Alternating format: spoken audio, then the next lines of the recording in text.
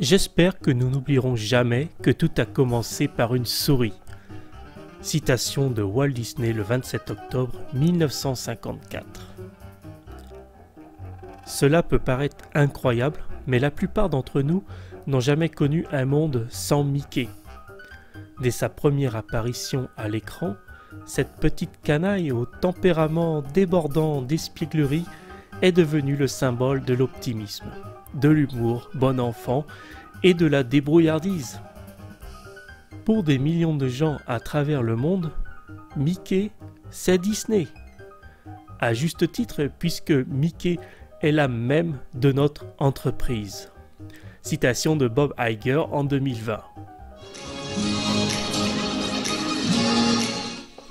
La Walt Disney Company a fêté ses 100 ans l'année dernière.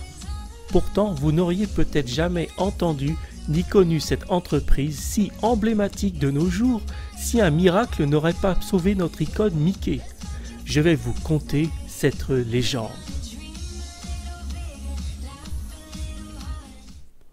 On dit que la foi peut déplacer les montagnes, mais parfois les montagnes peuvent enfanter des tonnes de problèmes.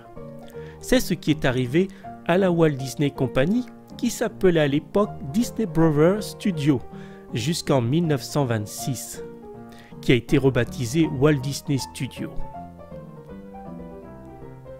Walt Disney naît le 5 décembre 1901 à Chicago, au sein d'une fratrie de 3 garçons et s'y s'est rajouté d'une fille. Son père influencera durement la famille durant son enfance. Un homme aigri par ses échecs, entraînant sa famille dans des situations financières difficiles. Coup sur coup, agriculteur, ouvrier ferroviaire, violoniste, gérant d'hôtel ou charpentier. Son foyer se déplace suivant les opportunités. Très tôt, les enfants doivent participer aux besoins de la famille dans cette dure Amérique du début de siècle. Walter Elias Disney, de son nom complet, découvre l'école qu'à l'âge de 8 ans. Avant l'âge de ses 18 ans, où il décroche un job d'illustrateur commercial, il se débrouille avec des petits boulots comme facteur, agent de métro et vendeur dans les trains. Son temps libre, il l'occupe à suivre des cours de dessin. À 16 ans, il ne supportait plus cette situation ni sa vie. Il s'engage donc comme ambulancier en 1915 dans la Grande Guerre. Par un hasard incroyable, il fit son service militaire en France et plus particulièrement en Normandie.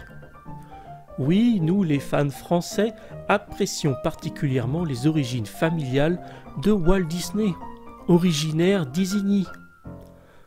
Entre parenthèses, le nom Disney vient d'Isigny, aujourd'hui Isigny-sur-Mer, d'où partirent Hugues et Robert d'Isigny pour accompagner le duc de Normandie Guillaume dans sa conquête de l'Angleterre en l'an 1066. Ils firent souche là-bas, où leur nom passa d'Isigny à Disigny avec un D, puis Disney. Fin de cette parenthèse. À son retour au pays, Walt décide de ne plus suivre son père et part dans le Kansas, où il décrochera un job d'illustrateur au Pechman Rubin Commercial Art Studio. Il s'installe chez son frère aîné Roy, avec qui il va construire une très belle histoire. Au sein de l'agence, il rencontre un dessinateur de talent, Ub Iwerks, avec qui il collaborera à la création de sa première société en janvier 1920. Iwerks Disney Commercial Artist. Cette société ne vivra pas longtemps, hélas, mais cela ne le décourage pas.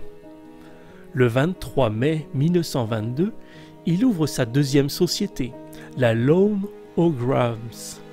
Ub Iwerks devient salarié, de même que 2 commerciaux et 4 apprentis dessinateurs, dont Fritz Freleng, le futur créateur de Sam le Pirate et de la célèbre Panthère Rose.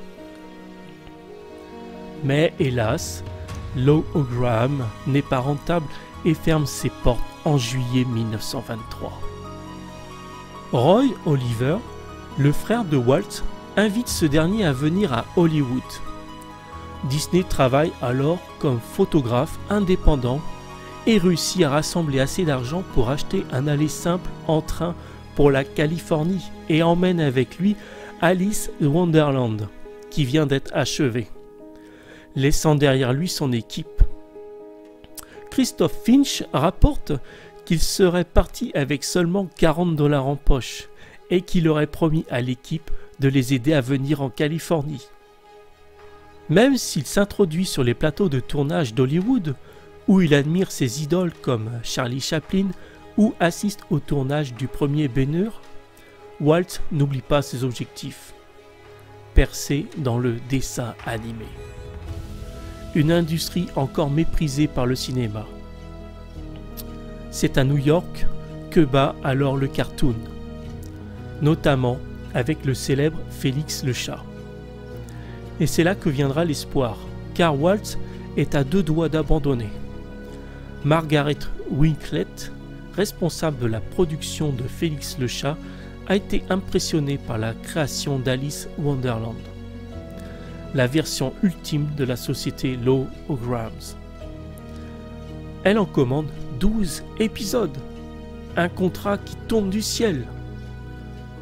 Sur cet élan, Walt rassemble ses employés fidèles dont Ub Iwerk et convainc son frère de lui céder sa pension de la marine et son oncle d'investir 500 $ dans le montage d'un studio de fortune dans le garage. Ainsi, il y a 100 ans, les 2 frères fondèrent le 16 octobre 1923 le label Disney Brothers Cartoon Studio. Les 2 frères se font construire des maisons mitoyennes en 1925.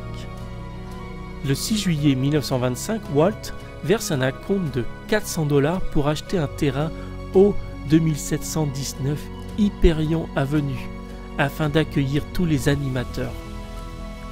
L'enseigne change bientôt. Disney Brothers Cartoon Studio devient Walt Disney Studio. Roy sait bien que la créativité de son frère est le label de leur entreprise. Iwerk se satisfait de sa place de dessinateur. Ce trio est tout simplement génial. Peu de temps après le 13 juillet 1925, Liliane Boone, une des employées du studio travaillant comme peintre intervalliste et secrétaire, devient la femme de Walt Disney. Leur idylle aurait débuté parce que Walt ramenait souvent la jeune femme le soir avec sa voiture. Ub Iwerk et Walt Disney inventent Oswald le lapin. Ce fut un énorme succès. La valeur rajoutée de Walt Disney, c'est non seulement la qualité de l'animation, mais aussi son génie pour la mise en scène et de la narration qui le rapproche de Chaplin. En février 1928, les projets de Walt Disney vont être mis à rude épreuve. Alors qu'il se rend à New York pour renégocier les contrats avec Margaret Winkler, Charles Mintz, le mari de la productrice, est désormais en charge du dossier et lui oppose une fin de non-recevoir. Les droits d'Oswald lui appartiennent. Si Walt ne se satisfait pas de ces termes, Oswald continuera sans lui. Disney constate le désastre. Sans le soutien de Margaret Winkler, la faillite est inévitable. La légende veut que ce soit dans le train du retour qu'il a eu l'idée qui le sauvera du désastre. En fait, c'est d'un brainstorming avec Rob et Ub Iwerk qui a accouché l'idée de la souris Mortimer, vite rebaptisée Mickey par Liliane, l'épouse de Walt Disney. Derrière chaque grand homme se cache une femme, dit le célèbre Charles Maurice de Tyler Rand Périgord. La leçon a été apprise. le nom de Mickey Mouse sont déposés. Visuellement très réussi, la petite souris devient vite l'emblème de la Walt Disney Studio. Walt Disney se confond avec Mickey, petite souris malicieuse qui se tire des situations les plus périlleuses avec humour. D'ailleurs, c'est dans les débuts que Walt fit la voix de Mickey.